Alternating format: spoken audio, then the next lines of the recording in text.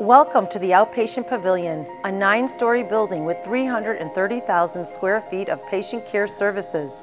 This building is a LEED Gold standard, which is an international rating for sustainable construction and building operation. This is part 1 of the orientation and training. Anyone working in the Outpatient Pavilion or providing services to the Outpatient Pavilion will attend a tour or view this video. In addition, you will receive a department orientation. Throughout the orientation, we have fun facts to share. The weight of structural steel, precast concrete, and exterior windows is the equivalent to the weight of 23 747s or the weight of 2,500 mid-size cars. The main lobby is located on the ground floor. The west elevators are for patients, visitors, physicians, and staff use. On the opposite side of the building are the east elevators, which are restricted to surgical and cart traffic. Guest services, as well as volunteer services, are located at the 2 main public entrances of the building. The entrances are here at the main lobby and on the 2nd floor bridge linking the Outpatient Pavilion to the parking garage D. Also, at this desk, there will be a public safety officer stationed during times the building is open. That officer will be responsible for patrolling the floors, answering service calls, unlocking doors, as well as any security-related incidents involving patients and visitors. When the building is closed after hours, Sundays, and holidays, there will be an officer assigned to make checks of the building to ensure the building is secure and no one is in the building who should not have access. Valet parking is offered to our Outpatient Pavilion patients at the Circle Drive in front of the Outpatient Pavilion main entrance. This area is reserved for patient drop-off and valet parking only and is now referred to as Entrance D.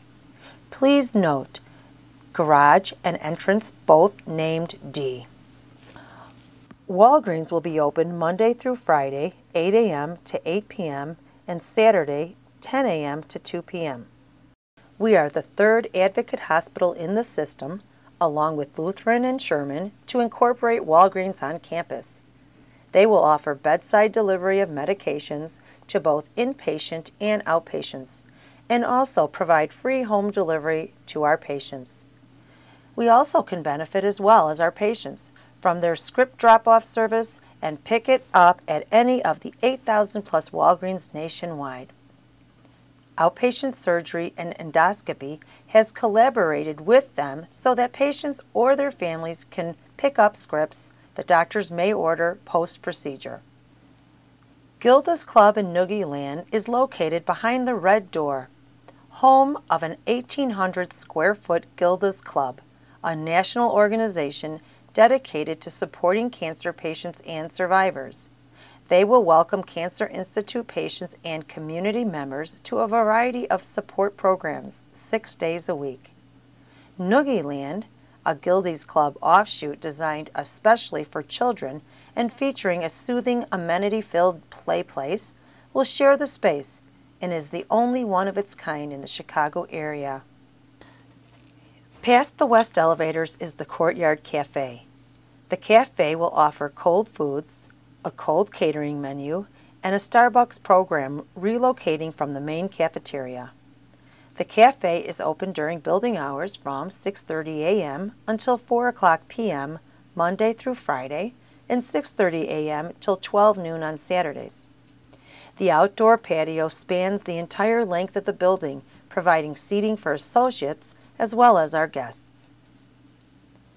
Sterile Processing Department and the Environmental Services Department have locations on the east side of the building on the ground floor.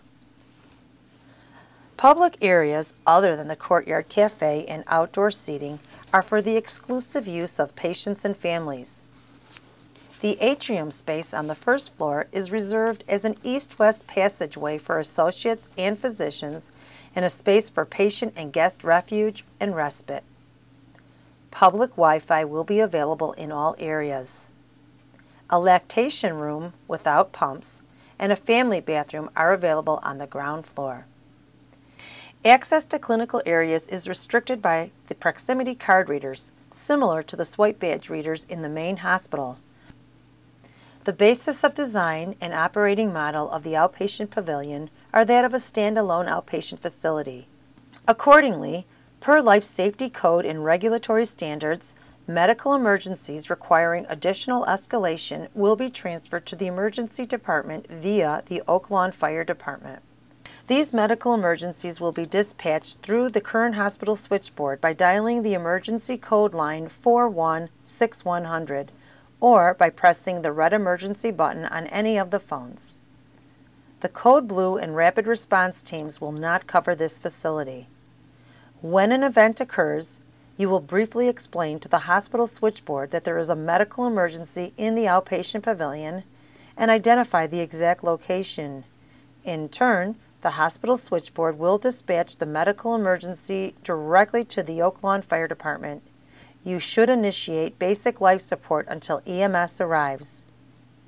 If you work in a clinical department, you will receive additional education on policies and procedures that are specific to clinical practice within your area. Additional information about non-emergent patient transfers to the main hospital, for example, direct admissions, will be provided during your department orientation. As in the main hospital, there are fire alarm pull stations, fire extinguishers, and AEDs. For those of you working in the building, there are 3 fire curtains, 2 on the first floor and 1 on the second. When the fire alarm is activated, the curtain will slowly emerge from its storage space and slide along a track until it secures the area. It acts as a large fire-rated door. Code red, 7th floor east.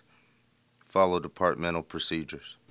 When a fire alarm is activated, a pre-programmed set of instructions will tell you what actions you should take for your specific floor. Follow departmental procedures. Pay attention to the location of the exit signs near stairwells. Areas of refuge are located on the landings in stairwells. These areas are for those who require assistance during an emergency evacuation.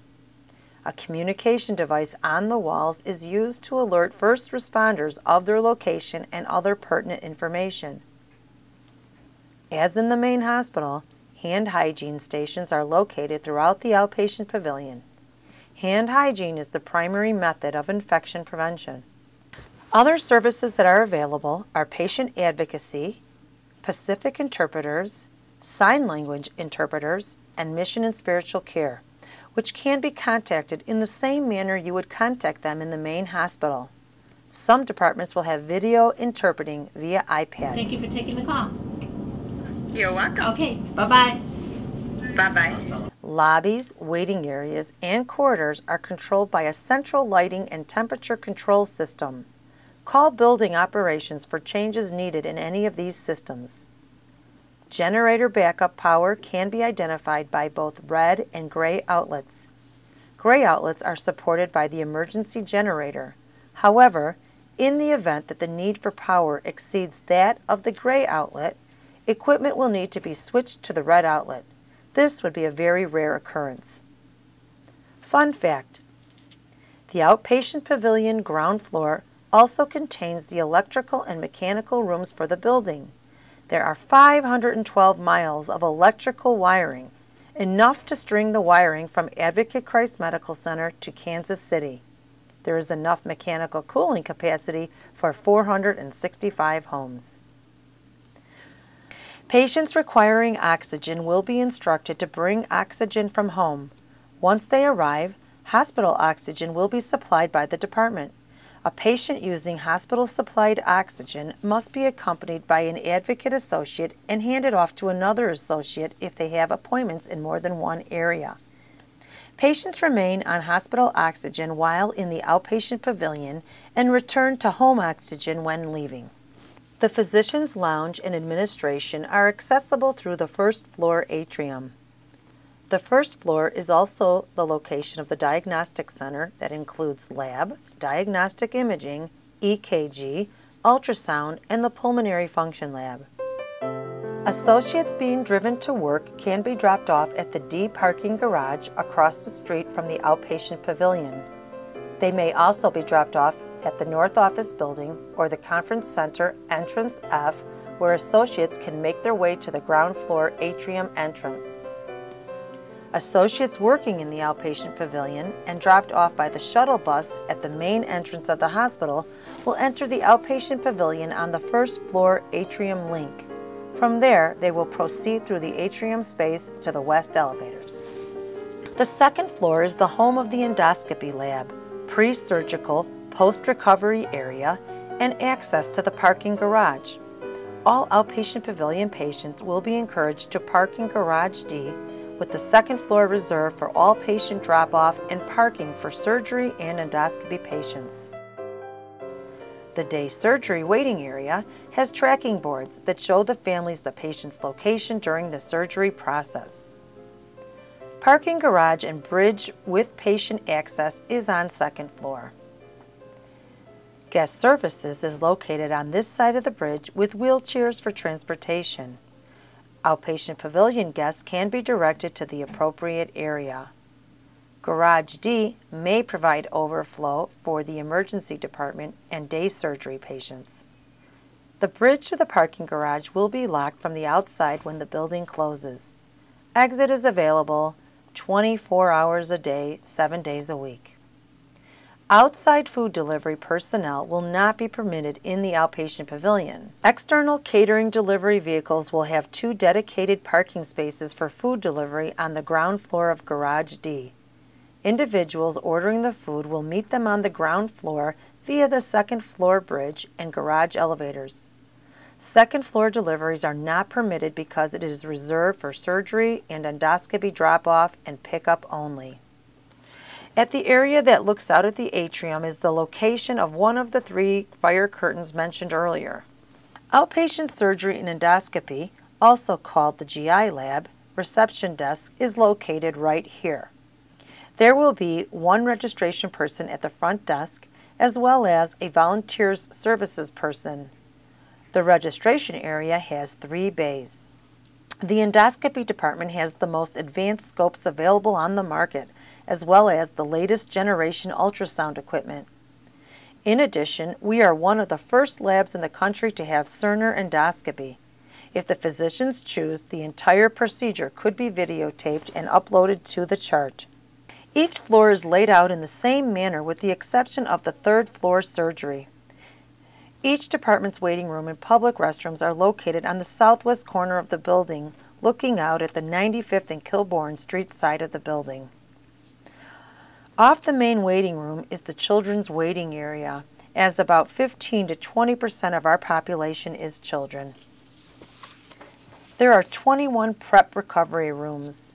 These are actual rooms, whereas the inpatient side has only bays separated by a curtain. Near the endoscopy nurses station is one of the pneumatic tube stations. The pneumatic tube system in the Outpatient Pavilion is similar to the system in the hospital. Not only can it send to all stations in the Outpatient Pavilion, but can also send to the lab and blood bank in the main hospital. There are 7 endoscopy rooms. This new area more than doubles the current capacity. Rooms are twice the size as existing labs. The booms arms hanging from the ceiling. Equipment will be on the booms so staff does not have to move equipment in and out of rooms, and as a safety feature so cords are off of the floor. Fun fact: there is enough plumbing installed in the Outpatient Pavilion that can be laid from Christ to Midway Airport plus circle once around the airport. And if we wanted to, we could leave a 1-foot section of pipe on each seat in Soldier Field. Speaking of plumbing, all patient bathrooms have rescue hardware. The surgical patient that is prepped on this floor will come down from the corridor on the other side of the 2nd floor and take the surgery elevator to the 3rd floor. Remember, these 2 east elevators are restricted to surgery and cart traffic only.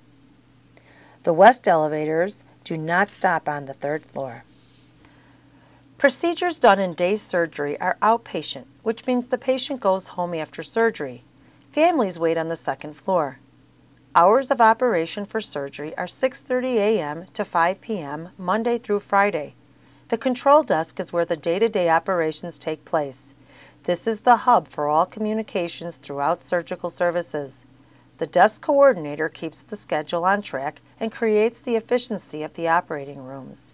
This floor has the 12 operating rooms as well as 12 Phase 1 recovery bays and rooms. All operating rooms are identical with the same technology in them. The less variation, the less opportunity for an error. The operating rooms have 2 equipment booms, like in the endoscopy procedure rooms on the 2nd floor. The rooms have a warmer so patients can have blankets. Blankets can be stocked from the outside of the room.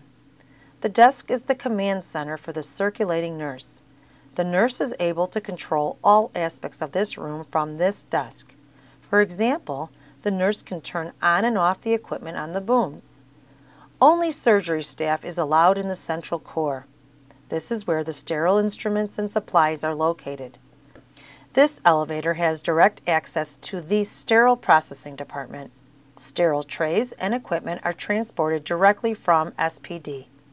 There is a second elevator across the core used to return contaminated instruments for cleaning and sterilization. This piece of equipment is called a flash sterilizer and is used to quickly sterilize any equipment that is not ready for a procedure. This is the Phase 1 recovery area. Patients will initially recover here and then return to the pre-surgery area located on the 2nd floor to complete their recovery. The 4th floor is mechanical space. The 5th floor contains the Advanced Imaging Center. Further diagnostic imaging is located on the 1st floor. Nuclear medicine has 2 types of advanced CT scanners that combine nuclear medicine with CT. The PET-CT is a 128 slice scanner that gives physicians the ability to assess the activity of a tumor seen on CT. It also provides an evaluation of tumor response to chemotherapy, and advanced tumor tracking software will be used. A SPECT-CT cardiac study can affect the management of 30 to 35% of our patients when compared to conventional SPECT imaging. The MRI area has 3 high-field magnets that produce very strong magnetic fields. There are 2 1.5 Tesla and a 3 Tesla scanner. These MRI carrying suites are designed to minimize patient claustrophobia and anxiety. The patient can customize the lighting, scenery, and music using a digital tablet. New programs offered are expanded cardiac MRI and functional brain imaging, along with neuro, body, vascular, and musculoskeletal imaging. Fun fact: the 1.5 Tesla magnet is 30,000 times greater than the Earth's magnetic field. The magnet is always on. The CT department has 2 scanners with the potential for 2 more machines in the future. The scanners deliver the lowest possible dose of radiation with the highest image quality. Also, dose tracking software will be able to track radiation exposure during a procedure. An area of refuge is located in this stairwell. The area has a button that will notify the fire department of the location of the person. This is used in the event where rescue of a patient requiring assistance needs to evacuate. The Heart and Vascular Institute is located on the 6th floor of the Outpatient Pavilion. Services offered in the institute include cardiac and pulmonary rehab, cardiodiagnostics, heart failure clinic, anticoagulation clinic, and transplant and ventricular assist device clinic. We are only one of 3 hospitals in the state approved for lung transplant, joining our heart and kidney transplant programs. New services include the atrial fibrillation clinic, cardiac imaging, and MRI capabilities. The Neurosciences Institute brings together the entire spectrum of expert neurological care and the latest technology to treat multiple neurological conditions such as stroke, brain, spinal cord injury, epilepsy, memory disorders, spine conditions, MS, and Parkinson's disease. This is the first time all the existing outpatient therapies have worked side by side. Patients will register and wait in this area, which also boasts a pediatric waiting room. Fun fact: the Outpatient Pavilion is the tallest building in Oak Lawn. Close in height is the Oak Lawn Hilton. You can see out the window that the Outpatient Pavilion is indeed the highest building in Oak Lawn. The Outpatient Adult Rehab Gym is a fully equipped therapy gym with an inspiring 7th floor view, with private treatment areas available for lymphedema therapy and speech therapy. This area is about 3 times the size of the current inpatient gym. The Pediatric Rehab Gym is designed for children 0 through 18 years of age. The design of the therapy room is to allow several therapists to work with children at the same time without the others seeing or wanting to be with the other child. As the animals and mirrors on the wall are the smallest at first 0 through 3 years old, the second space for toddlers 4 through 7, and the last space for older children. The area can treat 7 patients per hour. There are also 2 speech therapy rooms. The new space has a sensory room which appears very plain, but for a child with ADHD or other sensory issues, its components will provide the stimulation to the child's system to allow additional learning and intervention.